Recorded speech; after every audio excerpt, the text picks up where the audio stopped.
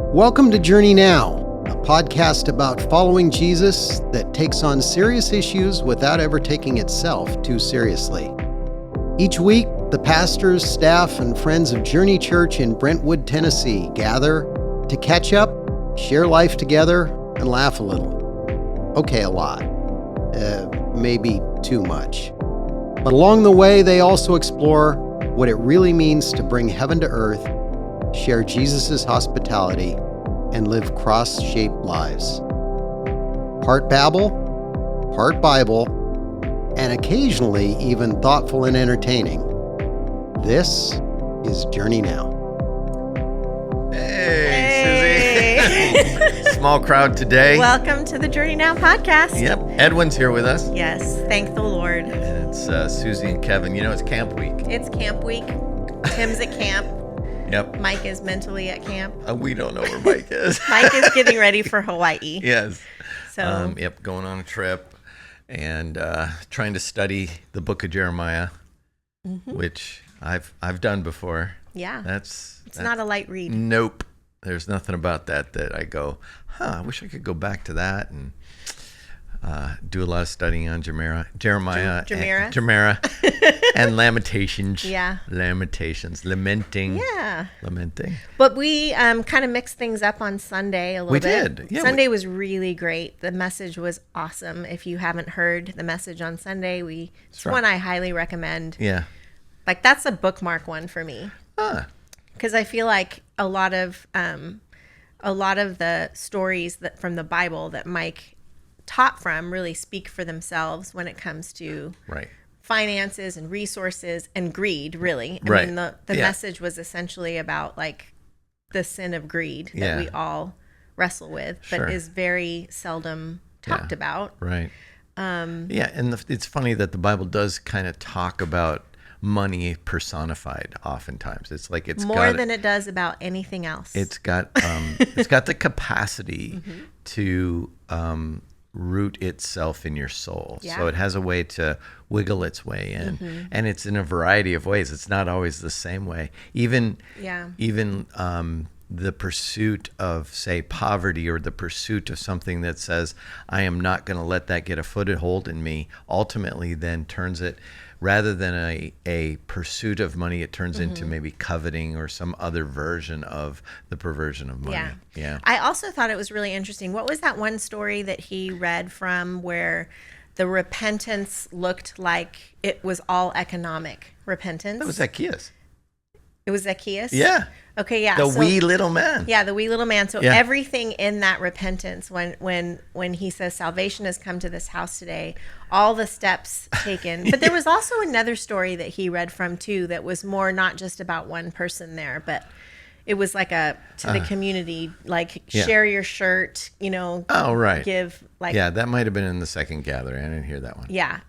I thought it was fascinating because like there's this like actual tangible physical way that you can do something different for the sake of another that detaches the love of money from yourself, from your own heart. And so he at the end he basically like gave us a time to respond instead of live Q&R. So we have some questions we're going to go through today, but the end response was an invitation to reflect on whether we are or you or me, or us, a hoarder, coveting, and the last one is ignoring.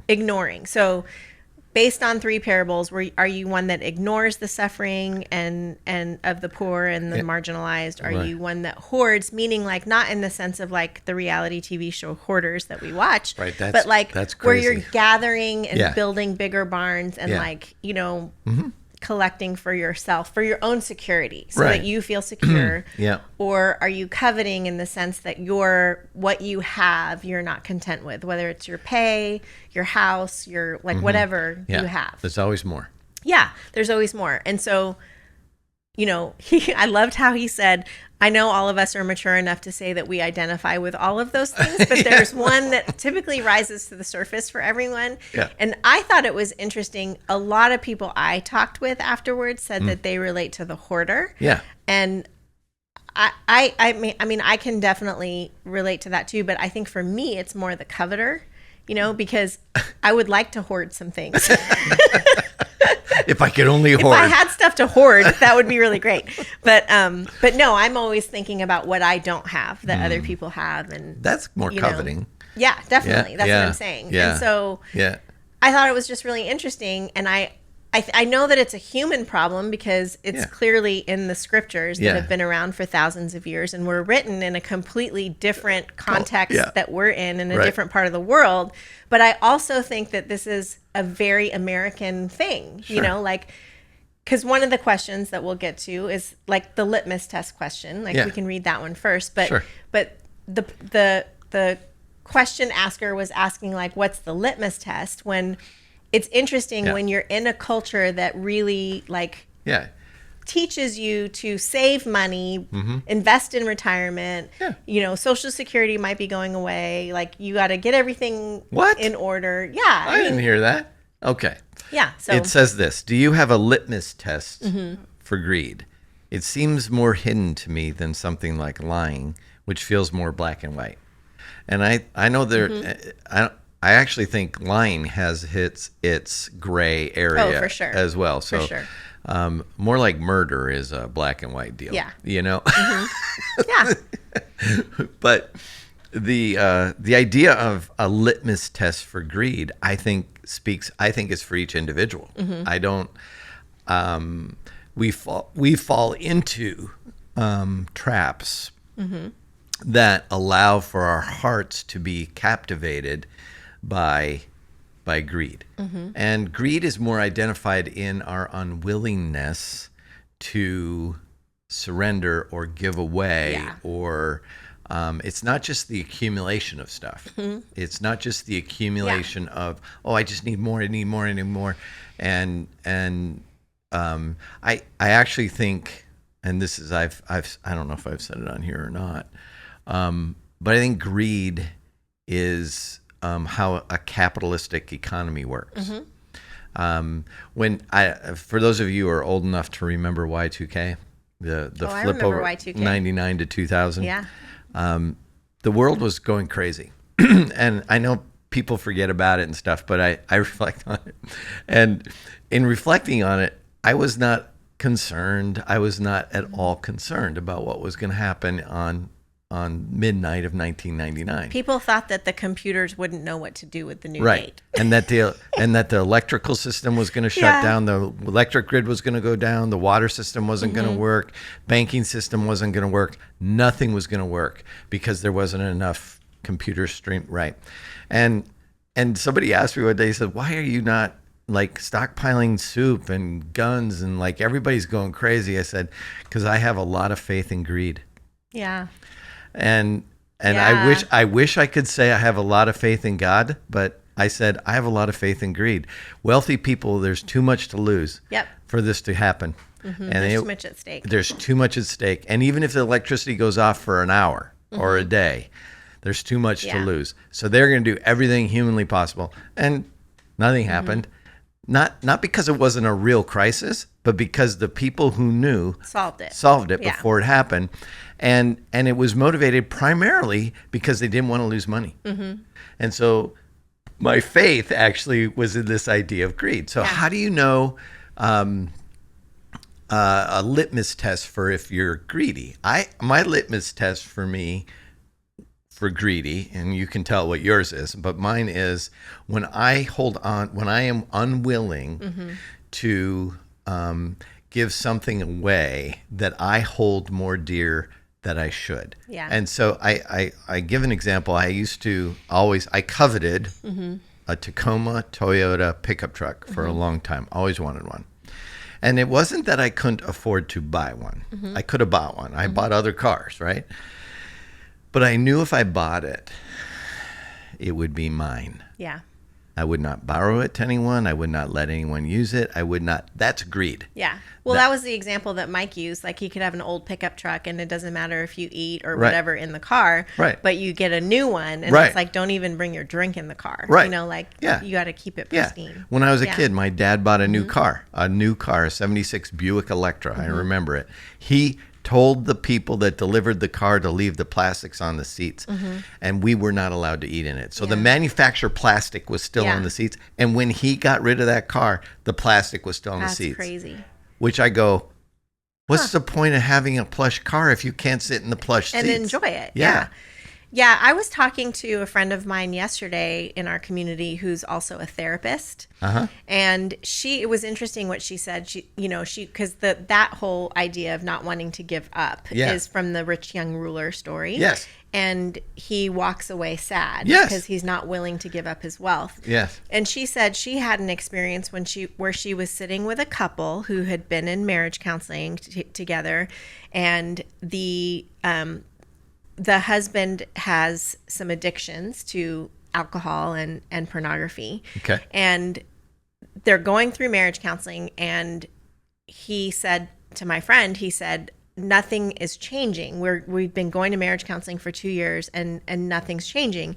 And she said, well, nothing is going to change because you're not willing to give up the thing that is causing this in your marriage, this separation and this, all this. And so he wasn't willing to give it up. And so and so he walked away sad, she said, because he loves his wife and he wants to stay married to her, but he doesn't know how it will work without giving that up. Right. And so, whatever your resource is, whether it's your money or you can be greedy for all kinds of things. But you can be greedy and hoard the things that you enjoy and the things that make you feel good and comfortable and that kind of stuff. So I thought that was really interesting. But if somebody has to pry it away from you, you're greedy. Yeah. Yeah.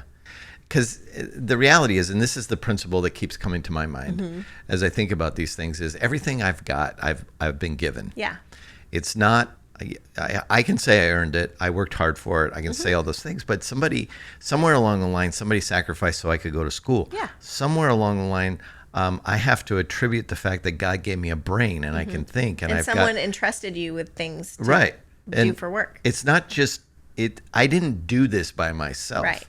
And the reality is I live in a country where this is possible. And I was born into a family that, and a lot of things outside of my control have contributed to the fact of where I am. Yeah. And so, I got a job that I could afford this. But the reason I got all those things is because I stood on other people's shoulders, or I was given the opportunity, or whatever you want to call it.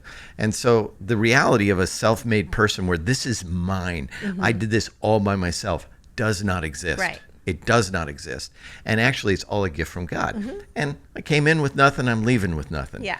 And so there's an understanding that I'm steward of this. And if God says be generous with it, and he says this is a mark of being a follower of Christ, is that you're generous with your time, your resources, your talents, and your money, because it's really not yours. Yeah. So be generous. Yeah. And when you say, well, no, I can't be, now you're greedy. And there are moments when I go, I can't be. Yeah. Yeah, it's good. Yeah.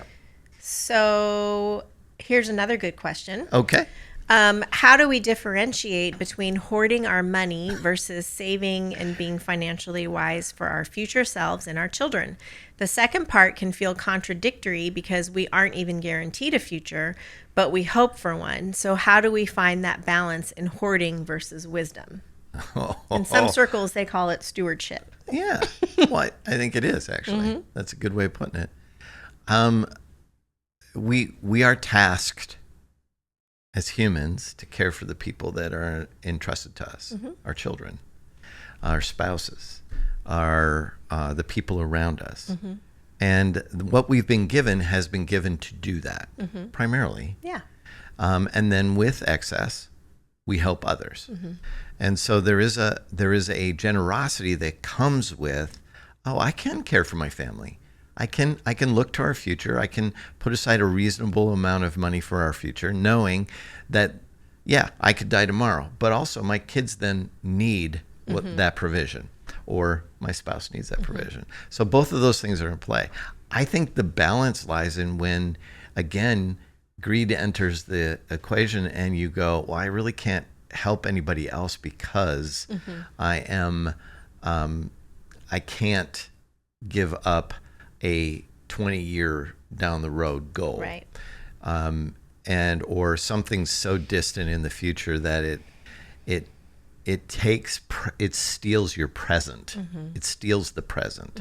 I'll give an example. We, meaning me and my wife and my kids, as my kids grew older, we began to realize pretty quickly, which you're realizing right now, How expensive they are? well, B is they leave. Yes, it's so sad.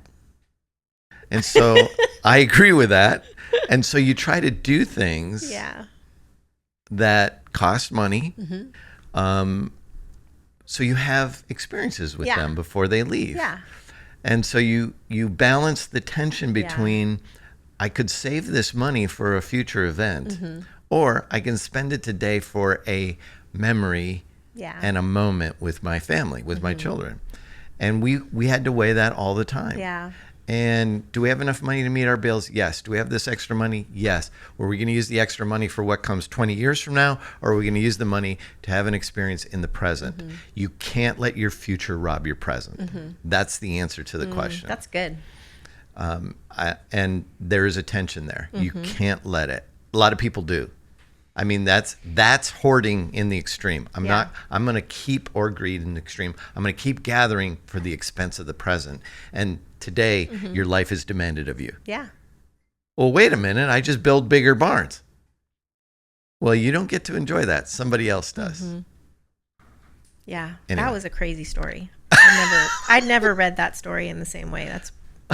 It was so good. Yeah. Okay. Today's sermon brought up an internal conflict I wrestle with often. Okay. One example is when I'm stopped at a red light and I see a homeless person asking for help. I feel torn. On the one hand, I know I have more than enough and I believe I should be generous. On the other hand, I worry, what if what I give is misused and ends up doing more harm than good? In moments like these, I wonder, have I done my part simply by giving, regardless of the outcome? Or am I responsible for what happens after? Do the stories we heard today call us to help every person in need, no matter what? Or is it acceptable to be discerning, to pick and choose, so to speak? I'd love to hear how others approach this tension between compassion and wisdom. That was a very well thought out question. And it was and well written. Yeah. Yes. I applaud you, whoever that was. Do you have thoughts on that one? Yeah, I think I always go back to the fact that Jesus didn't help everybody. That's true. You know, I mean, he didn't stop for every single person that was on the street. He didn't heal everybody. Yeah. He said, I came to do my Father's business, and he allowed space for other people to help. So there's the one story where I think it's Peter and John are walking by the man at the temple called Beautiful. Yeah. And it says that they'd walked past him many times with Jesus before, but they never stopped. No but one on this day, they stopped. Peter Yeah. discerned that they were to stop and heal the man, and they did. So I always go to those kinds of stories and understand that, like, we're very finite and limited as humans, and there are things that we are meant to do and other things that we're not meant to do. And so, like, in recovery, we talk about what's mine to do and what's not mine to do. Right. So I do think that there is definitely a discernment process that we're invited into. But again, it's like going back to what you said earlier, like, am I discerning that I'm just wanting to hold on for myself? Right. Or am I willing to let go? Yeah.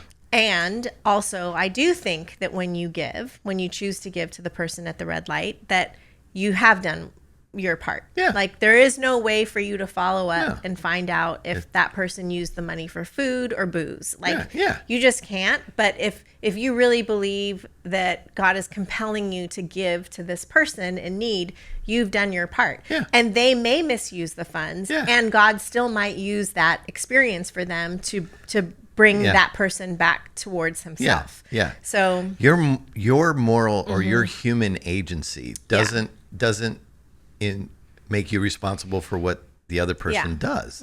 And that's sometimes really hard to sort out.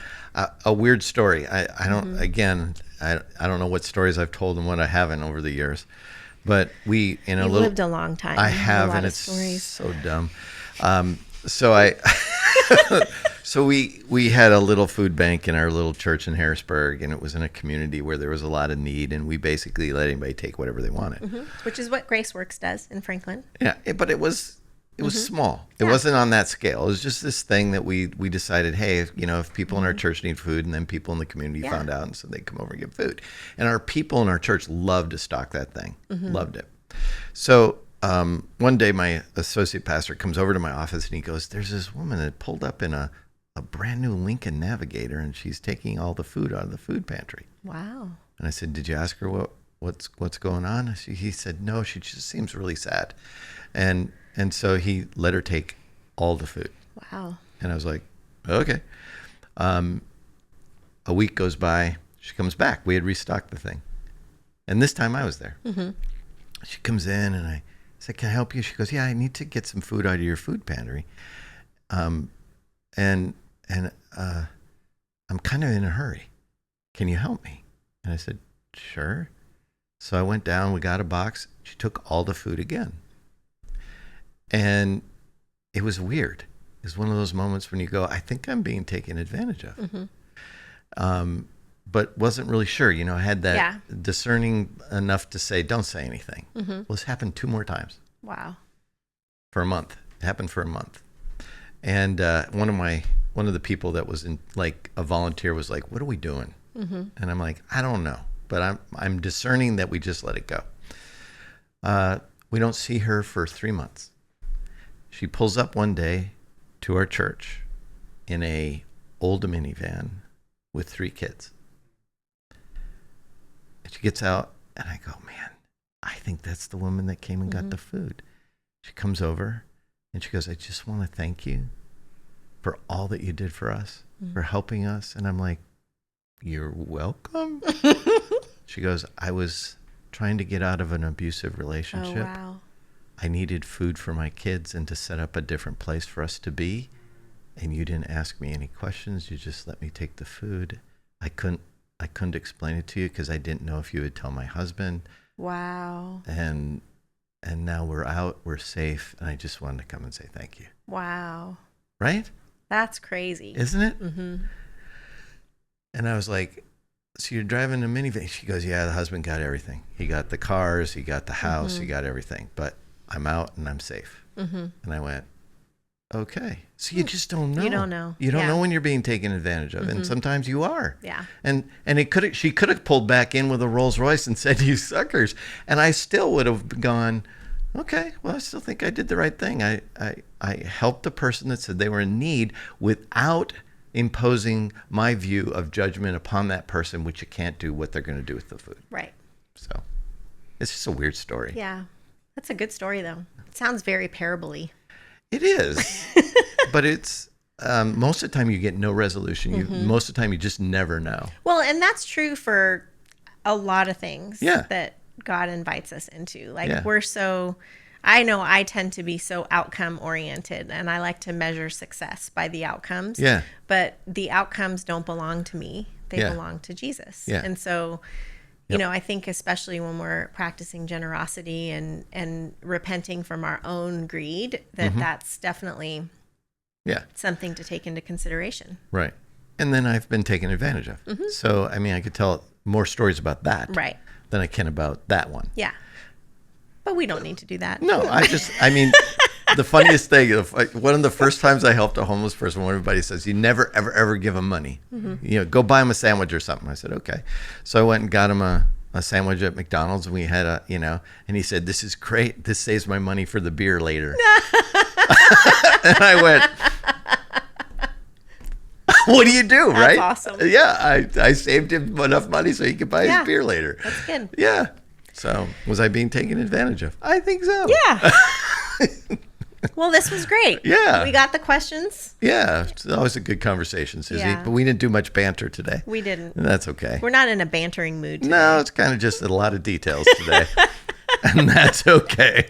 We have days like that. And how often do you and I just get to do a podcast together? Not very often. Not very often. So, well, we hope you have a great day. Yes. I hope you can wrestle with whether you're hoarding or coveting or ignoring, but hopefully you'll land in the camp of Zacchaeus.